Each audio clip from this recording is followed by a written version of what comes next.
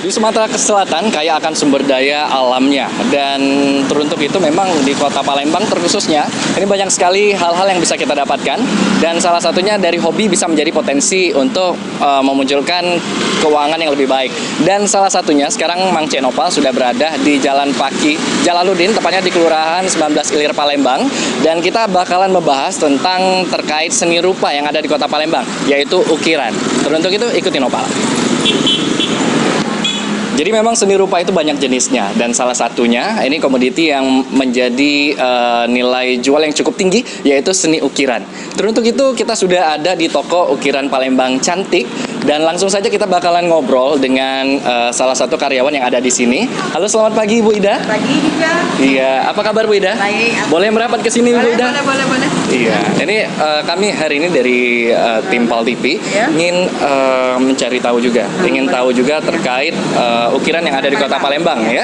Nah, kalau di sini komoditi ukiran lemari ya Ibu ya? Iya, ukiran lemari khas Palembang. Di sini memang daerahnya ukiran sentral, ukiran lemari Palembang. Nah, Oke. kumpul kalau orang mau datang tamu-tamu dari luar mau mencari lemari Palembang, di sini memang pusatnya.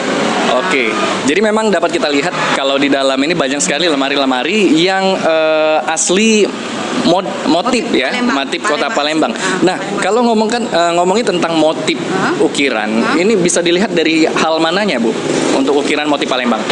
Ya, untuk keseluruhan semuanya Palembang semua ini. Ini mahkotanya ini yang Palembang asli. Ini kan sama Mahkota, ya? sama kayak apa yang pengantin gandhi orang pengantin itu nah kan ini kan yang mahkota. ini ya, Bu, ya? Nah, ini contohnya kan. Nah, inilah yang menandakan, makanya orang lihat mahkota ini yang utama. Oke, Tapi kalau untuk ukiran semuanya sama semua. Oke, tapi kalau untuk penjualan di tiap minggunya, boleh kita kasih tahu juga untuk penjualan di kota Palembang apakah stabil untuk penjualan ukiran lemari ini? Ya, dikatakan stabil. Untuk sekarang ini kita alhamdulillah lagi banyak pesanan.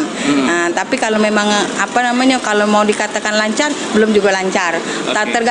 Ya, mungkin faktor ekonomi juga kan boleh dibilang. Faktor ekonomi boleh dibilang. Tapi untuk pesanan alhamdulillah kita lancar sekarang ini, banyak pesanan. Buktinya ini pesanan semua ini. Oke. Pesanan semua. Tapi kalau untuk pembuatan sendiri, untuk ukiran lemari Palembang ini pembuatannya memang asli di kota Palembang ataukah seperti apa? Palembang. Ya, di tempatnya maksudnya. Tempatnya di Sukabangun itu, di Soa itu tempatnya.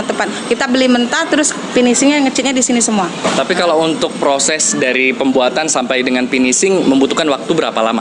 Ya, sekitar 15 hari. 15 hari? 15 hari itu selesai. Itu untuk dari pertamanya. Tapi kalau memang barang mentahnya sudah ada, kita paling 1 minggu selesai. Oke, tapi kalau untuk kisaran harga nih Bu, ini boleh sedikit dibocorkan juga ya. Kalau untuk kisaran harga dari harga termurah sampai termahal di sini berapa? Kalau termurah paling kecil lemari kayak gini harganya 3 juta. 3 juta. 3 juta. Sampai Tapi termahalnya berapa? paling termahal kayak Tanto Yahya kemarin itu 15 juta. Kita 15 jual. juta rupiah, ya? Itu lemarinya sudah sampai ukuran 4 meter. 4 meter dia ya? ambil ke sini kemarin. Oke. Sama kursi-kursi juga dia ngambil sesep. Kursi makan, kursi tamu dia ambil kemarin. Oke, dan mungkin terakhir, kalau untuk barang kita penjualannya apakah hanya bernaung di lokal saja ataukah kita ekspor juga? Kirim ke luar kota. Kita kirim ke luar kota, alhamdulillah. Kita ke Semarang, ke Jogja, kita kirim ke Aceh, ke Batam. Kita kirim semua kita. Apalagi orang Jakarta, banyak udah beli lemari Palembang. Itu. Dan juga mungkin ini mempengaruhi untuk minat masyarakat membeli itu pada musim-musim Lebaran gitu ya, hari-hari raya besar. Iya, gitu ya. benar. Kalau yang paling banyak beli itu Lebaran doang. Tapi alhamdulillah sekarang nih lemari Palembang ini memang tidak habis musim doang. Ada terus yang beli-beli lemari. Oke. Buktinya toko sebelah kayak itu nganter kan mereka itu kan. Baik. Memang tidak habis musim lemari Palembang. Peminatnya lancar.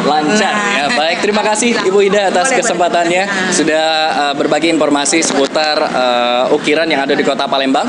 Jadi memang masyarakat kota Palembang untuk seni rupa yaitu ukiran yang ada di kota Palembang ini seperti kata Ibu Ida tadi tidak akan habis musimnya, dan juga ini menjadi peluang usaha untuk kita masyarakat kota Palembang untuk memunculkan kearifan lokal biar dikenal oleh masyarakat Indonesia. Mang Cenopal, Mardiansyah, kembali ke studio.